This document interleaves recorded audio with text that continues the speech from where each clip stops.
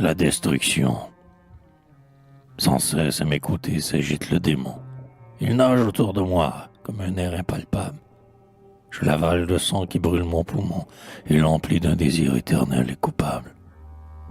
Parfois il prend, sachant mon grand amour de l'art, la forme la plus séduisante des femmes. Et, sous de spécieux prétextes de cafard, accoutume ma lèvre des philtres infâmes. Il me conduit ainsi, loin du regard de Dieu, haletant et brisé de fatigue, au milieu des plaines de l'ennui, profondes et désertes. Et jette dans mes yeux pleins de confusion des vêtements souillés, des blessures ouvertes et l'appareil sanglant de la destruction.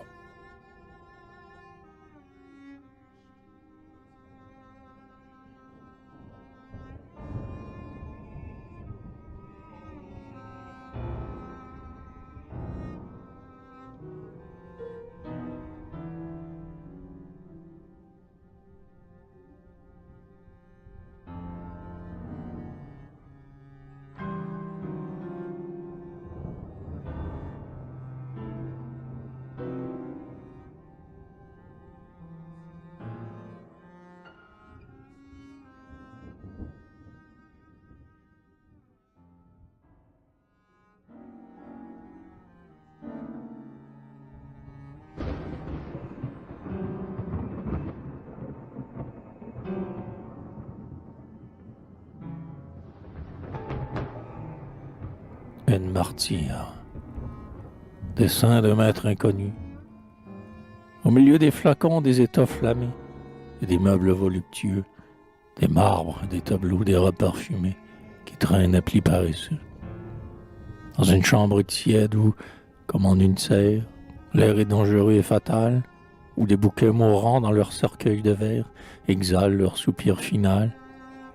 Un cadavre sans tête éponge, comme un fleuve, sur l'oreiller désaltéré, un sang rouge et vivant dont la toile s'abreuve avec l'avidité d'un pré. Semblable aux visions pâles qu'enfante l'ombre et qui nous enchaînent les yeux, la tête avec la malle de sa crinière sombre et de ses bijoux précieux. Sur la table de nuit, comme une renoncule, repose et, vide de pensée, un regard vague et blanc comme les crépuscules s'échappe des yeux révulsés. Sur le lit, le tronc nu sans scrupule létal, dans le plus complet abandon, la secrète splendeur et la beauté fatale dont la nature lui fit don. Un bar rosâtre, orné de coins d'or, à la jambe, comme un souvenir est resté. La jarretière, ainsi qu'un œil vigilant flambe et darde un regard diamanté. Le singulier aspect de cette solitude et de grands portraits langoureux, aux yeux provocateurs, comme son attitude, révèle un amour ténébreux. Une coupable joie et des fêtes étranges, pleines de baisers infernaux, dont se réjouissaient les seins des mauvais anges, nageant dans les plis des rideaux. Et cependant, à voir la maigreur élégante de l'épaule au contour heurté, la hanche un peu pointue et la taille fringante, ainsi qu'un reptile irrité. Elle est bien jeune encore, son âme exaspérée, et ses sens par l'ennui mordu. S'était-il entrouvert à la meute altérée des désirs errants et perdus? L'homme vindicatif que tu n'as pu vivante, malgré tant d'amour assouvir, combla-t-il sur ta chair inerte et complaisante l'immensité de ton désir? Réponds, cadavre impur, et par tes tresses roides, te soulevant d'un bras fiévreux, dis-moi, tête effrayante, a-t-il sur tes dents froides collé les suprêmes adieux? Loin du monde railleur, loin de la foule impure, loin des magistrats curieux, dors en paix, étrange créature, dans ton tombeau mystérieux. Ton époux court le monde, et ta forme immortelle veille près de lui quand il dort. Autant que toi, sans doute, il te sera fidèle et constant jusqu'à la mort.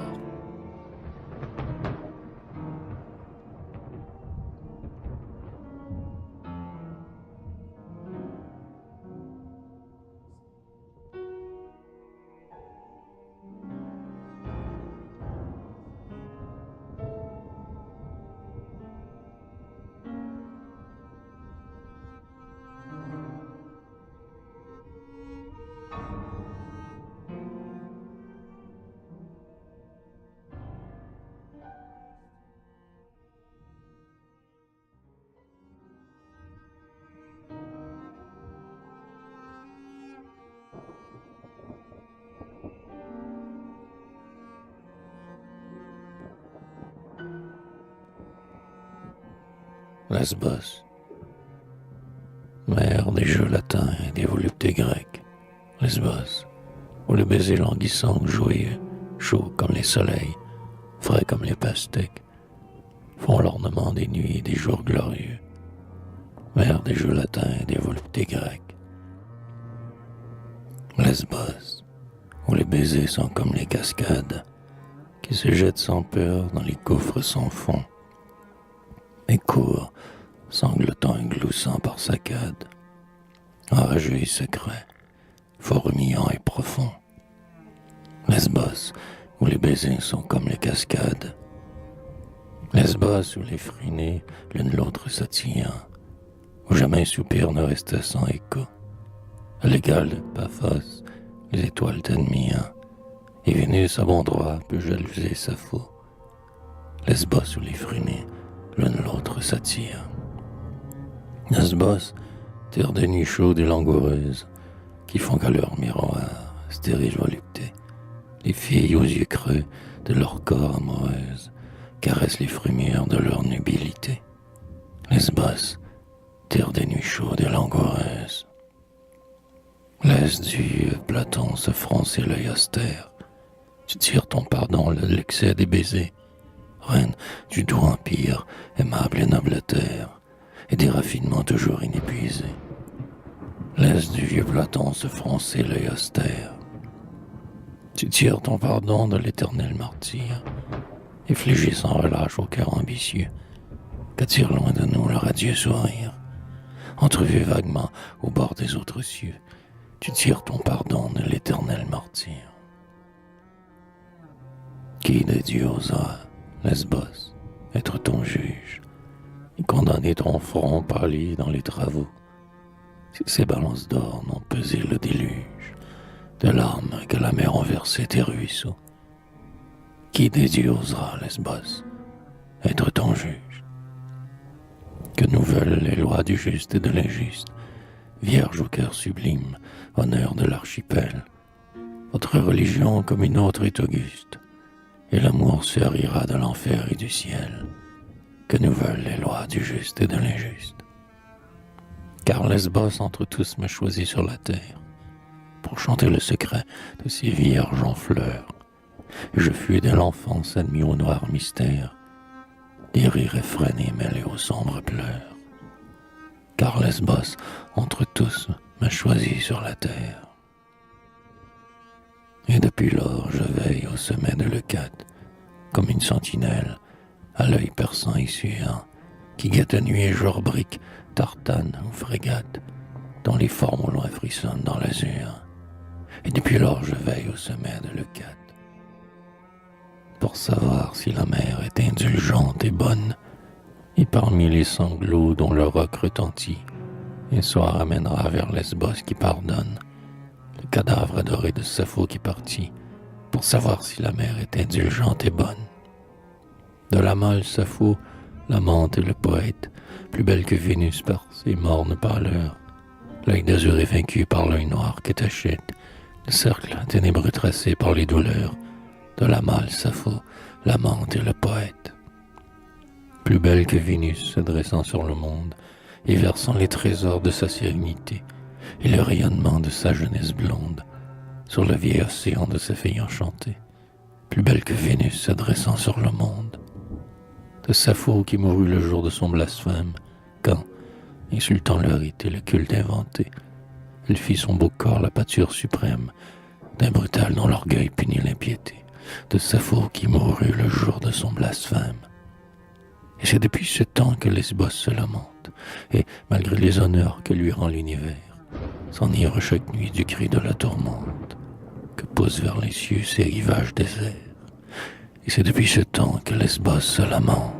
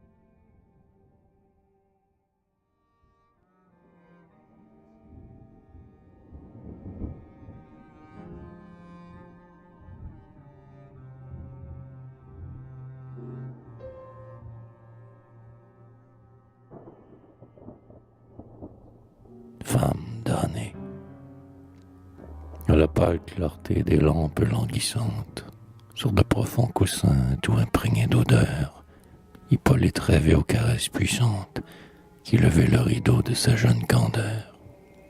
Elle cherchait d'un œil troublé par la tempête, de sa naïveté le ciel déjà lointain, ainsi qu'un voyageur qui retourne la tête vers les horizons bleus dépassés le matin. De ses yeux amortis, les paresseuses larmes, l'air brisé, la stupeur, la morne volupté, ses bras vaincus, jetés comme de vaines armes, tout s'éveille, tout paraît sa fragile beauté. Étendue à ses pieds, calme et pleine de joie, Delphine la couvait avec des yeux ardents, comme un animal fort qui surveille une proie, après l'avoir d'abord marqué avec les dents. Beauté forte à genoux devant la beauté frêle, superbe, elle humait voluptueusement le vin de son triomphe et s'allongeait vers elle, comme pour recueillir un doux remerciement. Elle cherchait dans l'œil de sa pâle victime le cantique muet que chante le plaisir, et cette gratitude infinie, sublime, qui sort de la paupière ainsi qu'un long soupir. Hippolyte, cher cœur, que dis-tu de ces choses? Comprends-tu maintenant qu'il ne faut pas offrir l'holocauste sacré de tes premières roses au souffle violent qui pourrait les flétrir? Mes baisers sont légers comme ces éphémères qui caressent le soir les grands lacs transparents, et ceux de ton amant creuseront leur ornière comme des chariots ou des socs déchirants. Ils passeront sur toi comme un lourd attelage de chevaux et de bœufs aux sabots sans pitié. Hippolyte, ô ma sœur, tourne donc ton visage, toi, mon âme et mon cœur, mon tout et ma moitié. Tourne vers moi tes yeux pleins d'azur et d'étoiles, pour un de ces regards charmants, baume divin. Tes plaisirs plus obscurs, je lèverai les voiles, et je t'endormirai dans un rêve sans fin. Mais Hippolyte alors, levant sa jeune tête, je ne suis point ingrate et ne me repens pas. Ma Delphine, je souffre et je suis inquiète, comme après un nocturne et terrible repas. Je sens fondre sur moi de lourdes épouvantes et de noirs bataillons de fantômes et peurs, qui veulent me conduire en des routes mouvantes qu'un horizon sanglant ferme de toutes peurs. Avons-nous donc commis une action étrange? Explique, si tu peux, mon trouble et mon effroi. Je frissonne de peur quand tu me dis, mon ange, et cependant je sens ma bouche aller vers toi. Ne me regarde pas ainsi, toi, ma pensée, toi que j'aime à jamais, ma sœur d'élection, comme tu serais une embûche dressée et le commencement de ma perdition. Delphine secouant ses crinières tragiques, et comme trépignant sur les trépieds de fer, l'œil fatal répondit d'une voix despotique. Qui donc devant l'amour ose parler d'enfer? Maudit soit à jamais le rêveur inutile, qui voulut le premier dans sa stupidité, se prenant d'un problème insoluble et stérile aux choses de l'amour mêlées l'honnêteté. Celui qui veut unir dans un accord mystique l'ombre avec la chaleur, la nuit avec le jour, ne chauffera jamais son corps paralytique à ce rouge soleil que l'on nomme l'amour. Va, si tu veux, chercher un fiancé stupide, cours offrir un cœur vierge à ses cruels baisers, et pleine de remords et d'horreur et livide, tu me rapporteras tes seins stigmatisés. On ne peut ici-bas contenter qu'un seul maître, mais l'enfant, épanchant une immense douleur, cria soudain. Je sens s'élargir dans mon être un abîme béant. Cet abîme est mon cœur. Brûlant comme un volcan, profond comme le vide, rien ne rassasiera ce monstre gémissant et ne rafraîchira la soif de l'huminide qui, la torche à la main, le brûle jusqu'au sang. Que nos rideaux fermés nous séparent du monde et que la lassitude amène le repos, je veux m'anéantir dans ta gorge profonde et trouver sur ton sein la fraîcheur des tombeaux. Descendez, descendez, lamentable, victime, descendez le chemin de l'enfer éternel, plongez au plus profond du gouffre tous les crimes, flagellés par un vent qui ne vient pas du ciel. Bouillonne pêle-mêle avec un bruit d'orage, ombre folle, courez au but de vos désirs. Jamais vous ne pourrez assouvir votre rage, et votre châtiment naîtra de vos plaisirs. Jamais un rayon frais n'éclaira vos cavernes. Par les fentes des murs, des miasmes fiévreux filent en s'enflammant ainsi que des lanternes, et pénètrent vos corps de leur parfum affreux. L'âpre stérilité de votre jouissance altère votre soif et roidit votre peau, et le vent furibond de la concupiscence fait claquer votre chair ainsi qu'un vieux drapeau. Loin des peuples vivants, errantes, condamnés, à travers les déserts courez comme les loups. Faites votre destin, âme désordonnée, et fuyez l'infini que vous portez en vous.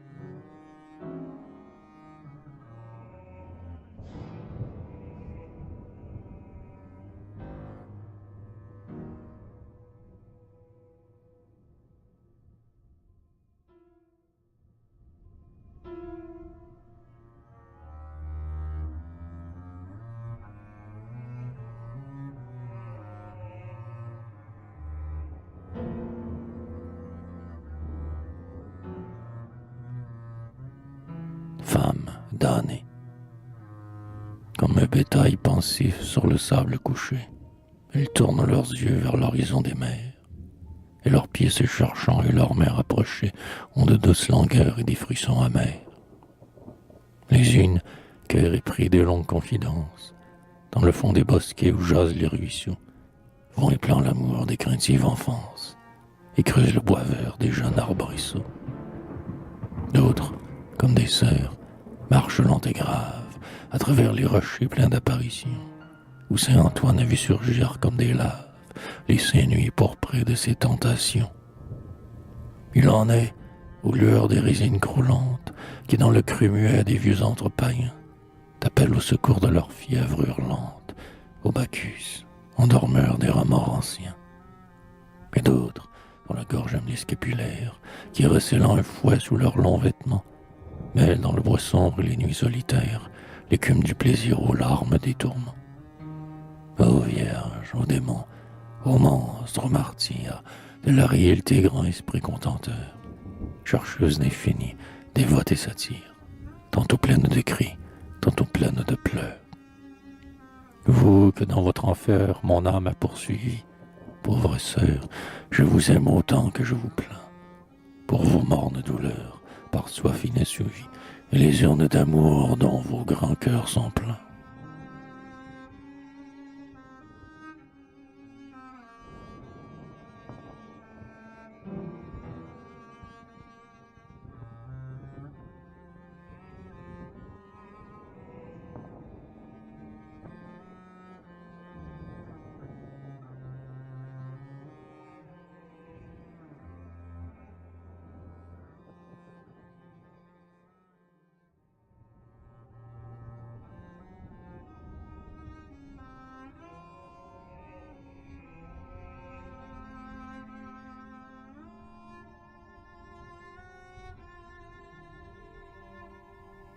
Les deux bonnes sœurs, la débauche et la mort sont deux aimables filles, prodigues de baisers, robustes de santé, dont le flanc toujours vierge et drapé de guenilles, sous l'éternel labeur n'a jamais enfanté.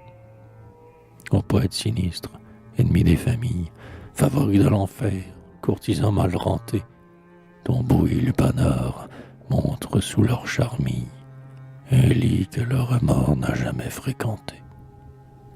La bière et l'alcôve en blasphème féconde nous offrent tour à tour, comme deux bonnes sœurs, de terribles plaisirs et d'affreuses douceurs. Quand veux-tu m'enterrer, débauche au bras immonde? Ô mort, quand viendras-tu, sa rivale en attrait, sur ces myrtes infectes, hanter tes noirs cyprès?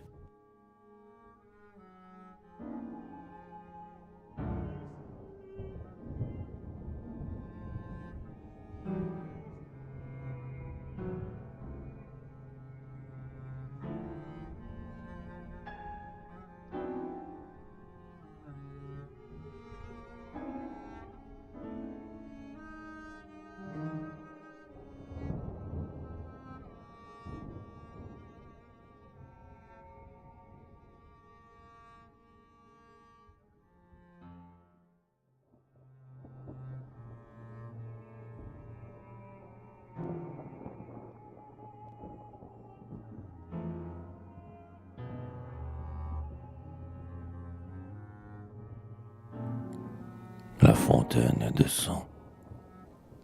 Il me semble parfois que mon sang coule à flot, ainsi qu'une fontaine au rythmique sanglot. J'en entends bien qui coule avec un long murmure, mais je me tâte en vain pour trouver la blessure. À travers la cité, comme dans un champ clos, il s'en va, transformant les pavés en îlots, désaltérant la soif de chaque créature, et partout colorant en rouge la nature. J'ai demandé souvent à des vins captieux endormir pour un jour la terreur qui me mine. Le vin rend l'œil plus clair et l'oreille plus fine. J'ai cherché dans l'amour un sommeil oublieux, mais l'amour n'est pour moi qu'un matelas d'aiguilles, fait pour donner à boire à ces cruelles filles.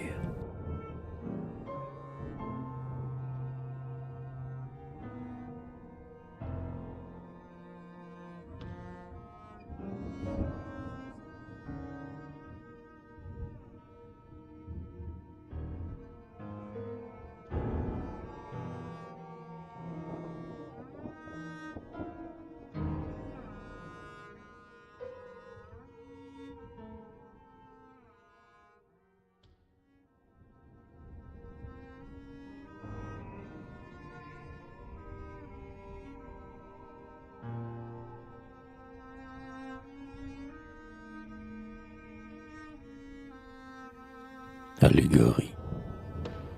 C'est une femme belle et de riche encolure, qui laisse dans son vin traîner sa chevelure, les griffes de l'amour, les poisons du tripot, tout glisse et tous s'émousse au granit de sa peau.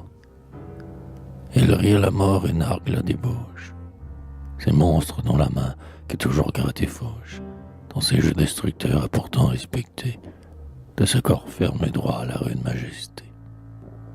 Elle marche en déesse et repose en sultane. Elle a dans le plaisir la foi mahométane. Et dans ses bras ouverts, que remplissent ses seins, elle appelle des yeux la race des humains. Elle croit, elle sait, cette vierge inféconde, et pourtant nécessaire à la marche du monde, que la beauté du corps est un sublime don, qui de toute infamie arrache le pardon. Elle ignore l'enfer comme le purgatoire, et quand l'heure viendra d'entrer dans la nuit noire, elle regardera la face de la mort, ainsi qu'un nouveau-né, sans haine et sans remords.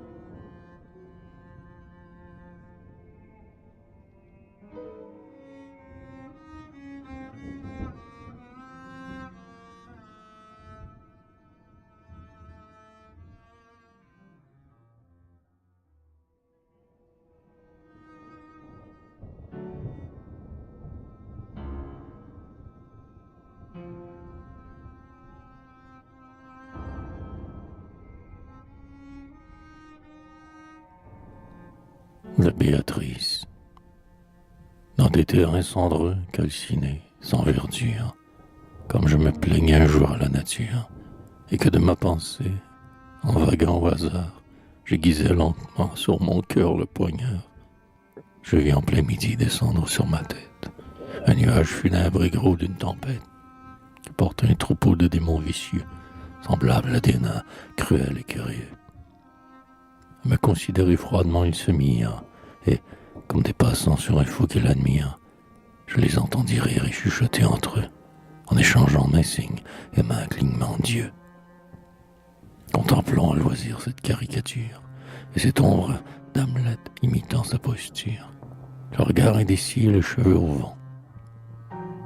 N'est-ce pas grand pitié de voir ce bon vivant, ce gueux, cet estrion en vacances, ce drôle, parce qu'il sait jouer artistement son rôle, vouloir intéresser au chant de ses douleurs les aigles, les grillons, les ruisseaux et les fleurs, et même à nous, auteurs de ces vieilles rubriques, réciter en hurlant ces tirades publiques.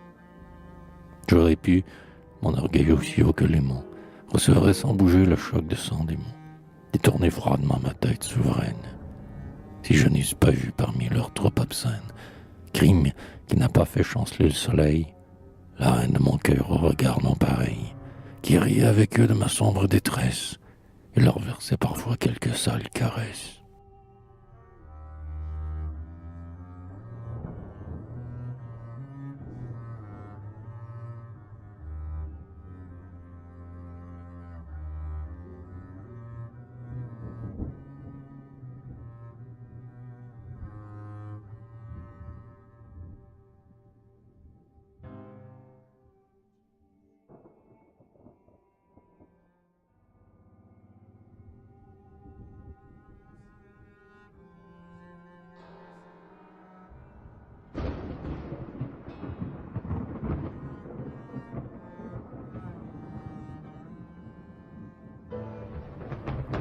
Les métamorphoses du vampire.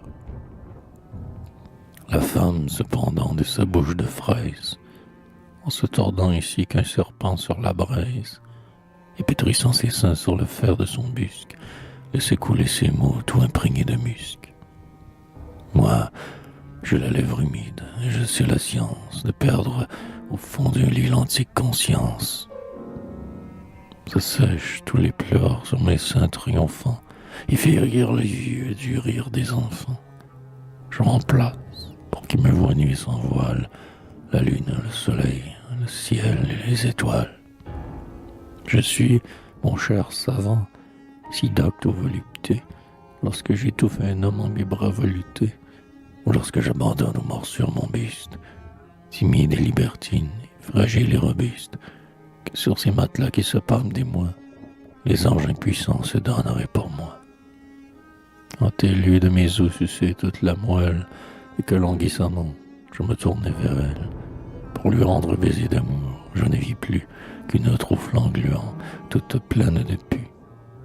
Je fermai les deux yeux dans ma froide épouvante, et quand je les rouvris à la clarté vivante, à mes côtés, au lieu du mannequin puissant, qui semblait avoir fait provision de sang, tremblaient confusément des débris de squelettes, qui d'eux-mêmes rendaient le cri d'une girouette, ou d'une enseigne, au bout d'une tringle de fer que balance le vent pendant les nuits d'hiver.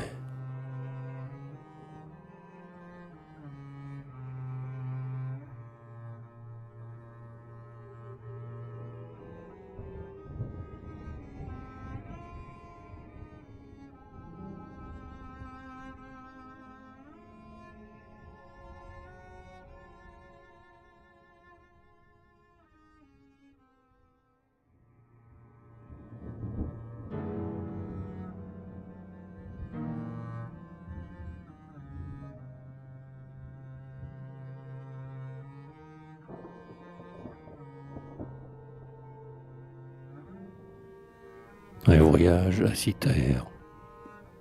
Mon cœur se balançait comme un ange joyeux et planait librement l'entour des cordages. Le navire roulait sous un ciel sans nuages, comme un ange enivré d'un soleil radieux. Quelle est cette île triste et noire? C'est Cythère, nous dit-on, un pays fameux dans les chansons, Eldorado au banal de tous les vieux garçons. Regardez, après tout, c'est une pauvre terre. Et île des doux secrets et des fêtes du cœur, de l'antique Vénus, le superbe fantôme. Au-dessus de tes mers planes comme une arôme, et charge des esprits d'amour et de langueur. Belle île aux myrtes verts, pleine de fleurs écloses, vénérée à jamais par toute nation, où les soupirs des cœurs en adoration roulent comme l'encens sur un jardin d'or. Où le recoulement éternel d'un ramier. Cythère n'était plus qu'un terrain des plus maigres, un désert recueilli et troublé par des cris aigres. J'entrevoyais pourtant un objet singulier. Ce n'était pas un temple aux ombres bocagères, où la jeune prêtresse, amoureuse des fleurs, allait, le corps brûlé de secrètes chaleurs, entrebâillant sa robe aux brises passagères. Et voilà qu'en rasant la côte d'assez près, pour troubler les oiseaux avec nos voiles blanches, nous vîmes que c'était un gibet à 3 branches, du ciel se détachant en noir comme un cyprès. De féroces oiseaux perchés sur leur pâture détruisaient avec rage un pendu déjà mûr, chacun plantant, comme un outil, son bec impur dans tous les coins saignants de cette pourriture. Les yeux étaient deux trous, et du ventre effondré, les intestins pesants lui coulaient sur les cuisses, et ses beaux gorgées de hideuses délices l'avaient à coups de bec absolument châtré. Sous les pieds, un troupeau de gelous quadrupèdes, les museaux relevés, tournoyaient et rôdaient. Une plus grande bête au milieu s'agitait, comme un exécuteur entouré de ses aides. Habitant des citerres, enfant d'un ciel si beau, silencieusement tu souffrais ces insultes, en expiation de tes infâmes cultes et des péchés qui t'ont interdit le tombeau. Ridicule pendu, tes douleurs sont les miennes. Je sentis à l'aspect de tes membres flottants, comme un vomissement remonté vers mes dents, le long fleuve de fiel des douleurs anciennes. Devant toi, pauvre diable aux souvenirs si chers, j'ai senti tous les becs et toutes les mâchoires, des corbeaux lancinants et des panthères noires, qui jadis s'émettant à triturer ma chair. Le ciel était charmant, la mer était unie, pour moi tout était noir et sanglant désormais, hélas, et j'avais, comme en un suaire épais, le cœur enseveli dans cette allégorie. Dans ton île, ô Vénus, je n'ai trouvé debout qu'un gibet symbolique au pan de mon image. Ah, Seigneur, donne-moi la force et le courage de contempler mon cœur et mon corps sans dégoût.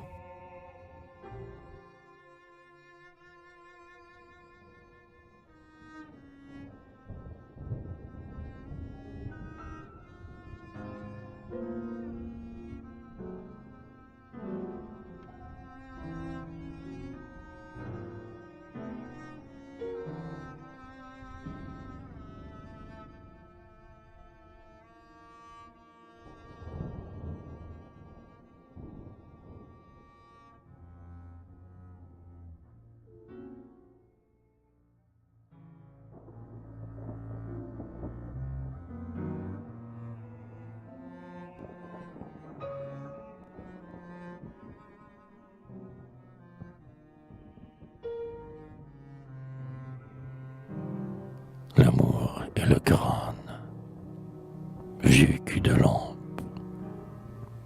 L'amour est assis sur le crâne de l'humanité, et sur ce trône le profane, au rire effronté, souffle gaiement des bulles rondes qui montent dans l'air, comme pour rejoindre les mondes au fond de l'éther. Le globe lumineux et frêle prend un grand essor, crève et crache son âme grêle, comme un songe d'or. J'entends le crâne à chaque bulle prier et gémir, ce jeu féroce et ridicule, quand doit-il finir? Car ce que ta bouche cruelle éparpille en l'air, monstre assassin, c'est ma cervelle, mon sang et ma chair.